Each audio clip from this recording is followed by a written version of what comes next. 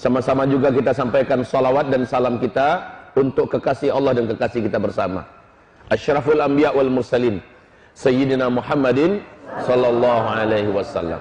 Allahumma salli ala Sayyidina Muhammad wa ala ali Sayyidina Muhammad kama sallaita ala Sayyidina Ibrahim wa ala ali Sayyidina Ibrahim wa barik ala Sayyidina Muhammad wa ala ali Sayyidina Muhammad kama barakta ala Sayyidina Ibrahim wa ala ali Sayyidina Ibrahim fil alamin innaka Hamidum Majid. Ibarat yang kami muliakan, selama kita masih seperti ini, maka sampai nanti petang tidak ada satupun bahaya yang ada di bumi, bahaya yang ada di langit, bahaya yang ada dalam zahir, dan bahaya yang ada dalam batin yang mampu menembus dan mengenai setiap kita. Rasulullah menjamin, bila sholat subuh menjelang matahari terbit kalian isi dengan zikir, maka sampai petang hari semua keselamatan Allah tumpahkan untuk kalian, semua mudarat Allah lindungi kalian. Tapi jangan hanya sekali seminggu, karena hari-hari itu dalam seminggu ada 7. Berarti dalam seminggu 7 pagi kita zikir macam tadi. Kalau tidak dalam acara yang dikoordinir seperti ini, ya di rumah kita masing-masing, ya di masjid, mushola, rumah dekat-dekat rumah kita masing-masing, kerjakan seperti ini terus. Zikir-zikir pagi yang diajarkan Rasulullah sallallahu alaihi wasallam adalah benteng, lebih hebat daripada masker, lebih hebat daripada cucian tangan disinfektan, lebih hebat daripada suntikan ini, vaksin itu, segala macamnya.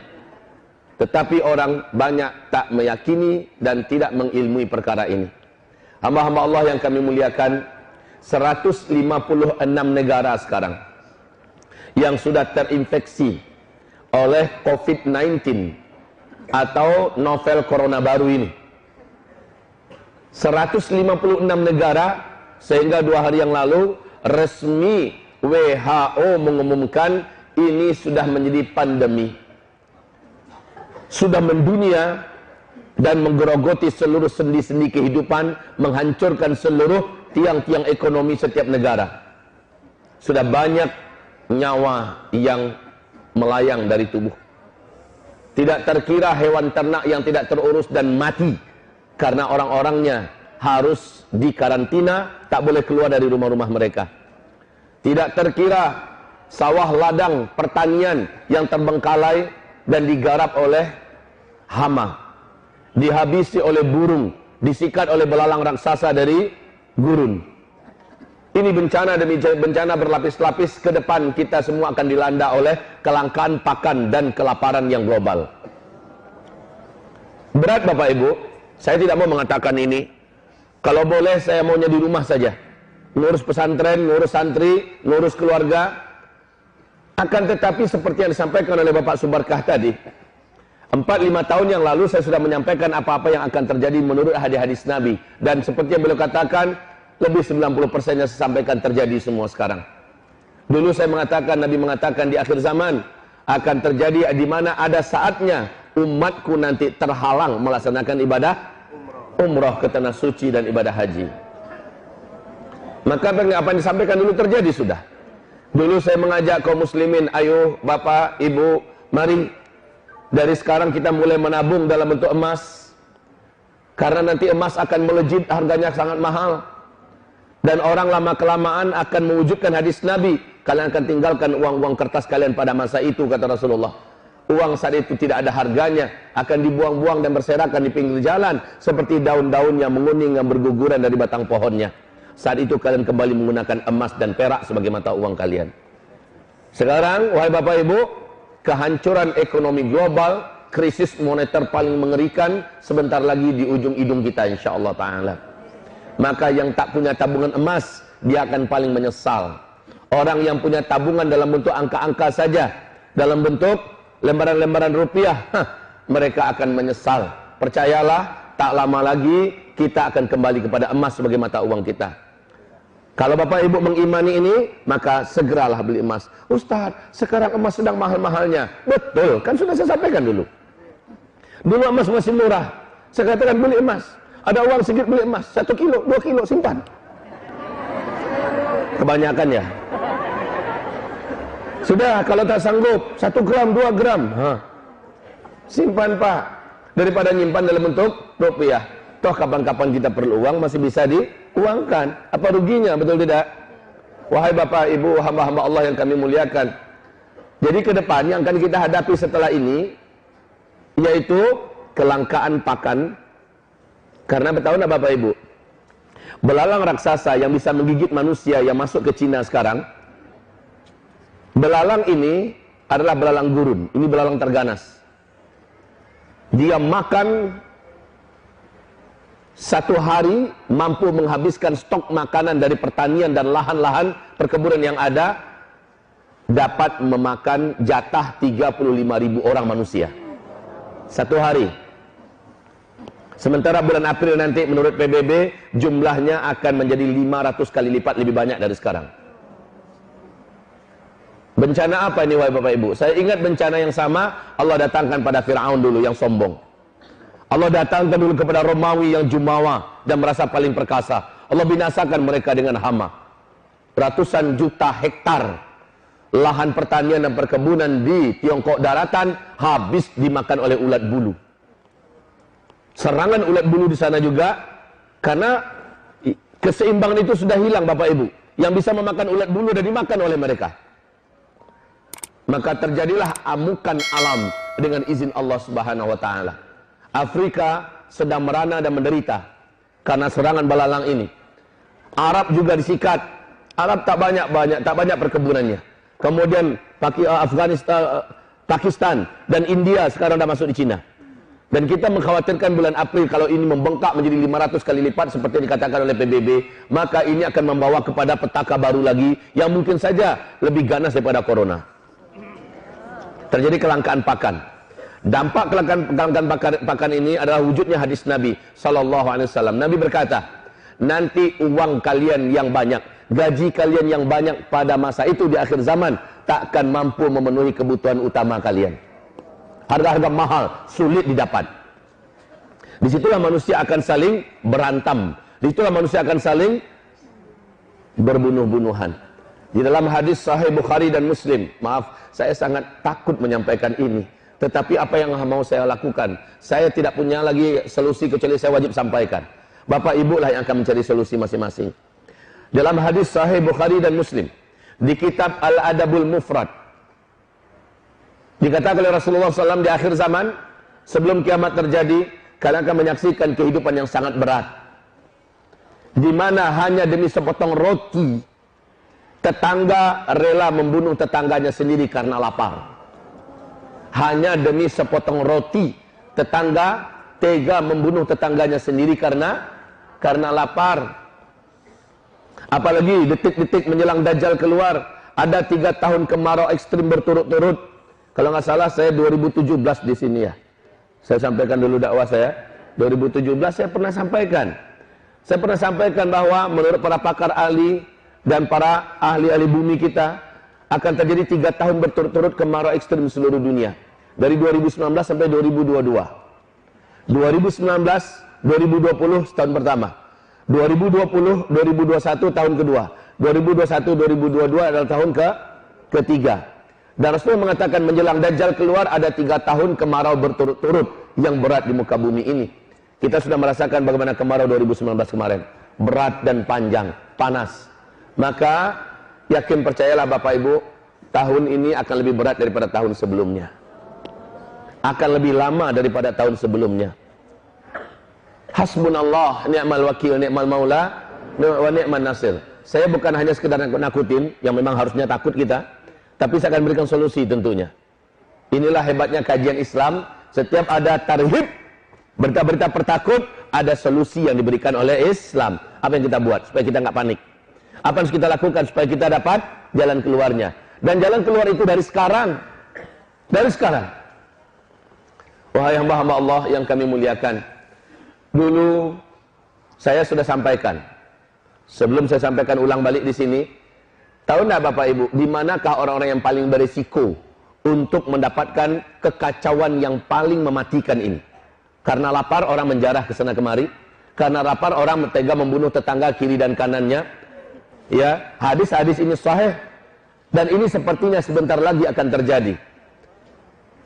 Itu hanya akan berlaku di tempat-tempat kepadatan penduduk. Di sana bercampur aduk antara orang beriman dengan orang fasik, antara orang beriman dengan orang zalim, antara orang beriman dengan yang tidak beriman, antara orang beriman dengan orang-orang kafir. Saat mereka lapar, mereka akan memporak-porandakan kehidupan sekitarnya demi bertahan hidup. Maka Nabi berkata, sebaik-baik orang beriman di akhir zaman adalah yang melarikan dirinya dan hartanya, membawa keluarganya, menyelamatkan agamanya ke bukit-bukit, kata Rasulullah. Di sini memang belum saya sampaikan, tetapi di banyak kajian saya sampaikan, baiknya Bapak Ibu sudah punya komunitas di daerah perbukitan. Jauh dari kota, jauh dari laut, tinggi dari laut, jauh dari gunung-gunung berapi. Bukit itu dapat dibuat perumahan, tanahnya subur, bisa bercocok tanam, bisa bertani, dan ada sumber-sumber mata air. Dan di tempat tanah itu, di kapling-kapling, orang yang boleh tinggal dengan kita adalah orang-orang yang soleh-soleh, orang yang taat-taat, yang bertakwa, orang-orang beriman, yang akidahnya lurus. Mereka lah yang layak menjadi tetangga-tetangga kita. Nah Bapak Ibu, mulai dari saat kita mulai membuat rumah di sana, maka pertanian mulai digarap, peternakan mulai dikerjakan. Insya Allah terjadi chaos di kota. Di tempat kita tinggal, kita sudah punya satu tempat bersama yang kita sepakati, yang udah siap rumah kita di situ. Ingat Bapak Ibu, apa kata Rasulullah? Nanti Dajjal akan memasuki seluruh kota-kota di dunia. Kenapa kota harus kita indah di akhir zaman? Kalau sekarang silakan tetap tinggal di kota, beraktivitas kita seperti biasa, tapi ada tempat yang udah kita siapkan. Ini yang penting. Sebelum tempat itu kita pakai, biarkan pesantren memakainya. Biarkan lembaga-lembaga tahfiz Quran yang menggunakannya, mengalir pahalanya kepada kita. Terawat dia, betul Pak? Nah, wahai Bapak Ibu, ini sudah saya anjurkan. Ada beberapa sebab. Kata Rasulullah, Dajjal hanya akan masuk di kota-kota saja. Dan ketika itu bumi sedang kering, air sangat langka, makanan tidak didapat. Orang putus asa hidup. Sementara Dajjal datang membawa gunungan makanan. Dia akan memberikan makanan itu kepada yang mau sujud kepadanya, yang menyembahnya sebagai Tuhan. Dan Dajjal akan mengatraksikan kemampuan-kemampuan yang tidak ada satupun teknologi bumi ini bisa melakukan kemampuan Dajjal. Karena Dajjal ditolong dan dibantu oleh seluruh setan satu bumi. Wahai Bapak Ibu yang kami muliakan, tapi Dajjal akan mengetahui ada kampung-kampung yang diisi oleh orang-orang yang beriman dan bertakwa. Kampung itu airnya tetap mengalir, tanahnya tetap subur, rezekinya melimpah ruah, isinya adalah orang-orang soleh yang bertakwa. Maka Dajjal datang ke kampung itu dan menawarkan diri, akulah Tuhan yang kalian sembah selama ini. Orang-orang beriman yang bertakwa di kampung itu berkata, bukan, engkau adalah Dajjal yang diperingatkan Rasulullah kami tentang engkau. Dajjal marah dan meninggalkan kampung itu. Sambil meninggalkan kutukan, kampung itu langsung menjadi kering. Tanam-tanamannya langsung menjadi mati, hewan ternaknya mati. Dan Dajjal pergi meninggalkan kampung itu. Tapi hanya sebentar kejadian itu, Allah kembalikan kembali. Nah ini pentingnya kita mempersiapkan kampung-kampung akhir zaman. Wahai Bapak Ibu yang kami muliakan, ditambah sebelum Dajjal keluar, kelaparan yang akan menjadikan orang membunuh ke sana kemari. Solusinya adalah saat terjadi kelaparan, kita sudah punya komunitas di perbukitan. Kenapa di perbukitan? Jawabannya, karena air laut akan naik dengan tajam. Akan terjadi banyak kota-kota yang tenggelam Bapak Ibu. Kota-kota di tepi pantai akan banyak yang tenggelam. Ini bukan ramalan, sekali lagi ini adalah hadis-hadis Rasulullah Sallallahu Alaihi Wasallam. Kenapa kita harus jauh dari gunung-gunung berapi? Karena ketika meteor mendekati bumi, dan ini ada beberapa asteroid, menurut NASA 2020 ini akan mendekati bumi. Ini akan berdampak kepada aktifnya gunung-gunung berapi di mana-mana. Gunung-gunung akan meletus di mana-mana. Bapak Ibu yang kami muliakan, kita harus jauh dari gunung-gunung berapi. Wahai Bapak Ibu, ini anjuran saya dulu. Dan anjuran ini tetap berlaku dan waktu sekarang sudah semakin sempit. Ketika terjadi lockdown terhadap seperti yang terjadi di Cina, kota ditutup, ya, kota dikarantina, orang-orang wajib tinggal di rumah, tidak boleh kemana-mana. Contoh ya, ketika terjadi semacam di Italia sekarang, lockdown nasional, seluruh negara ditutup, dikarantina, tidak boleh ada yang masuk, tidak boleh ada yang keluar. Dan ini cara yang benar menurut sunnah Rasulullah SAW. Nah masalahnya satu kota-kota yang lain nggak boleh berpindah-pindah, mereka hanya tetap di situ. Kemudian orang yang ada di rumah juga nggak boleh keluyuran kecuali orang-orang yang diberi izin resmi oleh pihak pemerintahan. Ketika terjadi lockdown, wahai Bapak Ibu yang kami muliakan, ketika itu terjadilah seperti terjadi di Wuhan. Orang sekarang sudah mulai bunuh diri dari gedung-gedung karena nggak ada makanan. Hewan ternak mereka mati bergelimpangan. Kebun-kebun mereka habis digarap oleh hama. Tidak ada makanan. Kalaupun ada, sudah membusuk, dijual kepada mereka dengan harga selangit. Akhirnya tidak sedikit yang berpasang-pasangan terjun dari gedung. Semoga Allah lindungi kita. Orang beriman tidak pantas melakukan ini, Pak, Ibu. Nah, ketika lapar, orang brutal, orang ganas, orang akan membunuh ke sana kemari. Saya katakan, orang beriman sepahit apapun keadaan takkan rela dan takkan mau membunuh tetangganya sendiri. Betul tidak? Disitulah di akhir zaman kita perlu adanya sebuah komunitas. Yang komunitas itu hanya orang beriman yang tinggal. Tapi minta maaf, kalau sekarang kita tinggal dengan orang yang nggak jelas kiri kanan kita. Betul tidak? Sudah selayaknya. Tapi Ustaz, itu kalau tinggal di daerah seperti itu kan butuh dana. Kami harus beli kaplingan, kami harus bikin rumah, kami harus siapkan ternak, kami harus siapkan perkebunan. Dari mana kami dapat uang, Ustaz? Kami ini bukanlah orang mampu. Ekonomi kami terhitung miskin ke bawah. Udah kalau begitu, solusi terbaik di akhir zaman kata Rasulullah SAW adalah yang Allah firmankan di Al-Quran surat Al-An'am ayat 158. Allah menjamin orang yang beriman, yang banyak amal solehnya dan jauh dari maksiat, Allah akan jaga mereka. Ini solusi yang tertinggi dan semua orang bisa lakukan. Kalau membuat perkampungan di perkampungan akhir zaman, yang pergi ke bukit-bukit butuh fulus. Wa ma fi fulus indana. Kita nggak punya duit. Maka kalau nggak punya duit, okelah, kita punya Allah. Sama-sama juga kita sampaikan salawat dan salam kita untuk kekasih Allah dan kekasih kita bersama. Asyraful anbiya wal mursalin, Sayyidina Muhammadin sallallahu alaihi wasallam. Allahumma salli ala Sayyidina Muhammad wa ala ali Sayyidina Muhammad kama sallaita ala Sayyidina Ibrahim wa ala ali Sayyidina Ibrahim wa barik ala Sayyidina Muhammad wa ala ali Sayyidina Muhammad kama barakta ala Sayyidina Ibrahim wa ala ali Sayyidina Ibrahim fil alamin innaka Hamidum Majid.